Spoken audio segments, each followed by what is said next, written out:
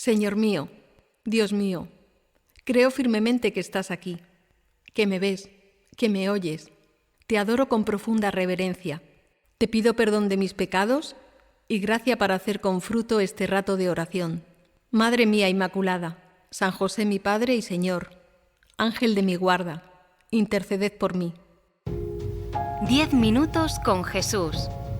El podcast que te ayuda a rezar cada día. Ven, Señor, que te esperamos. Bueno, uno de los momentos más difíciles de imaginar de todo el Evangelio es el momento de la transfiguración. No sabemos qué vieron Pedro, Santiago y Juan en esa ocasión. Mateo nos dice que el rostro de Jesús se puso resplandeciente como el sol y sus vestidos blancos como la luz. Sabemos también que aparecieron Moisés y Elías junto a ti, Señor, y que los discípulos se postraron llenos de temor ante esta visión que envolvió todo de luz. No sé si habrás estado en la cima del monte Tabor, donde tuvo lugar la transfiguración. Yo he tenido esa suerte hace unas pocas semanas, en una peregrinación inolvidable con un grupo de sacerdotes. Y es un monte aislado, cerca de Nazaret, de casi 600 metros de altura, que emerge en medio de una llanura, que tampoco hay tantas llanuras en Palestina.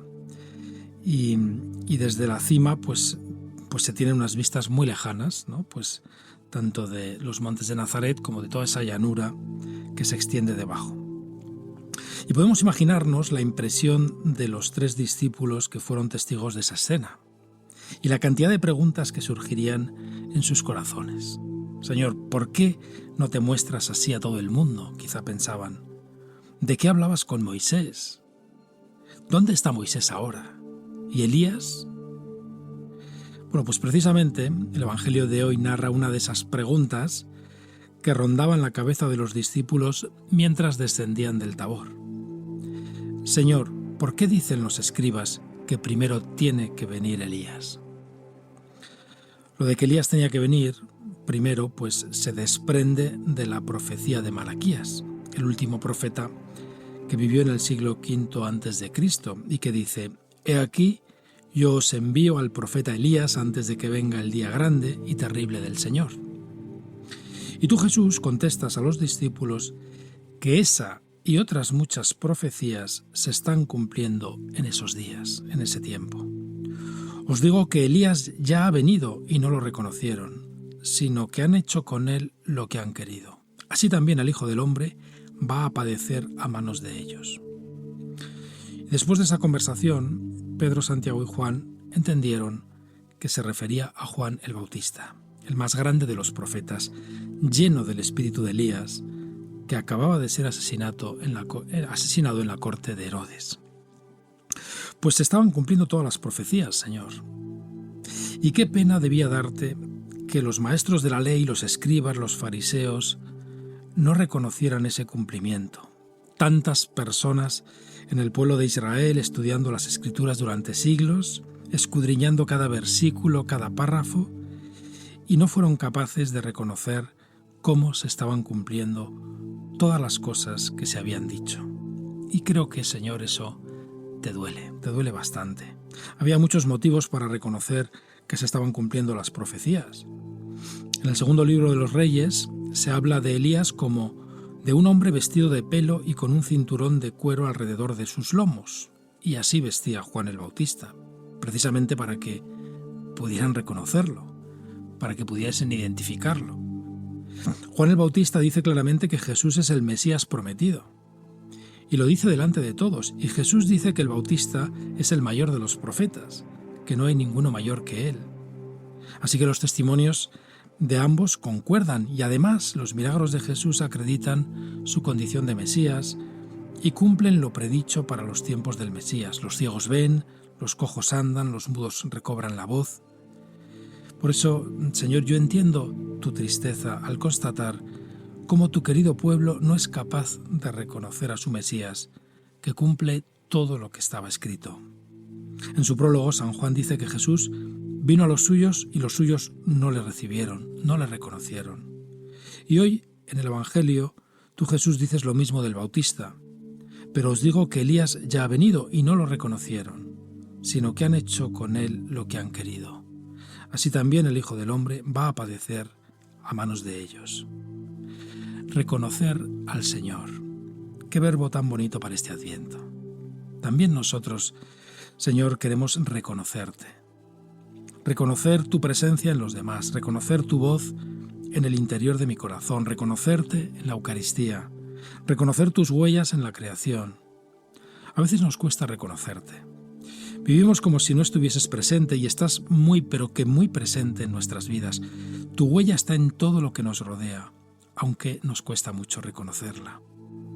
Pues el Adviento es un tiempo de espera, pero de una espera activa, de una espera atenta. Tiempo de vigilia para poder reconocerte.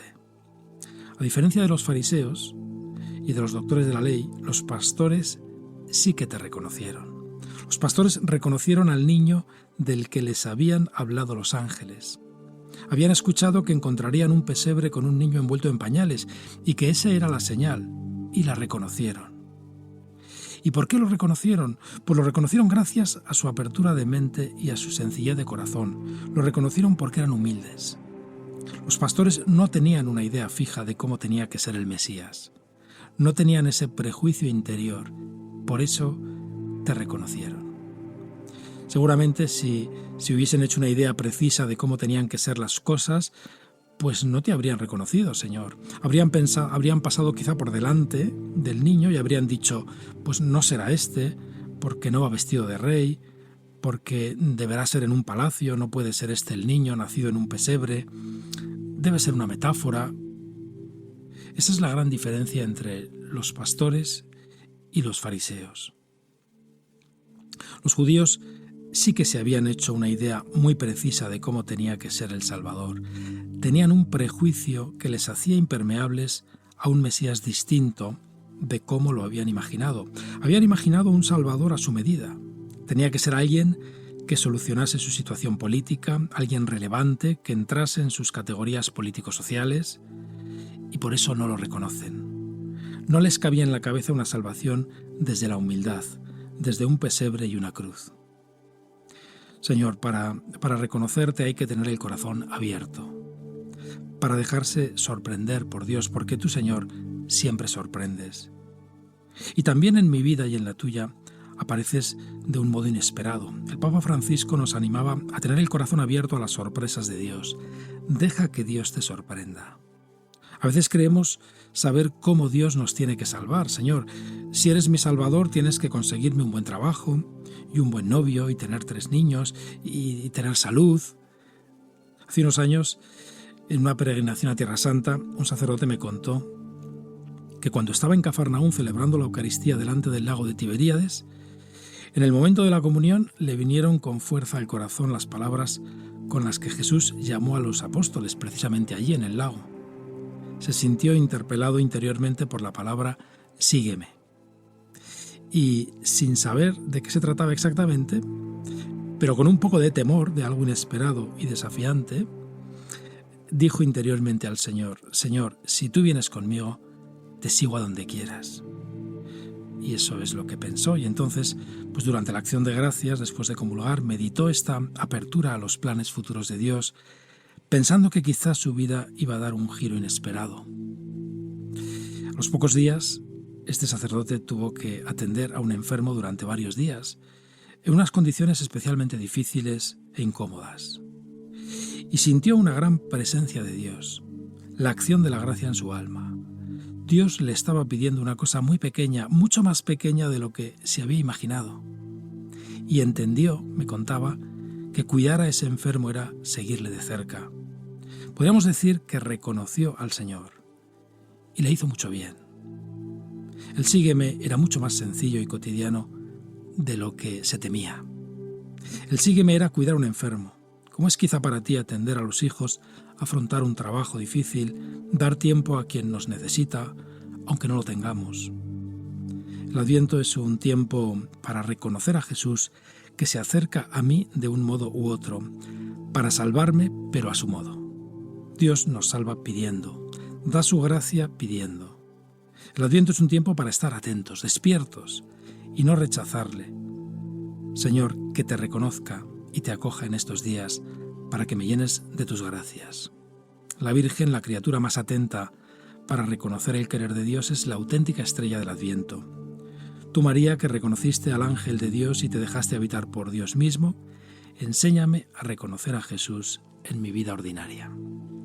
Pues te doy gracias, Dios mío, por los buenos propósitos, afectos e inspiraciones que me has comunicado en esta meditación. Te pido ayuda para ponerlos por obra. Madre mía Inmaculada, San José, mi Padre y Señor, Ángel de mi guarda, interceded por mí. 10 minutos con Jesús. El podcast que te ayuda a rezar cada día.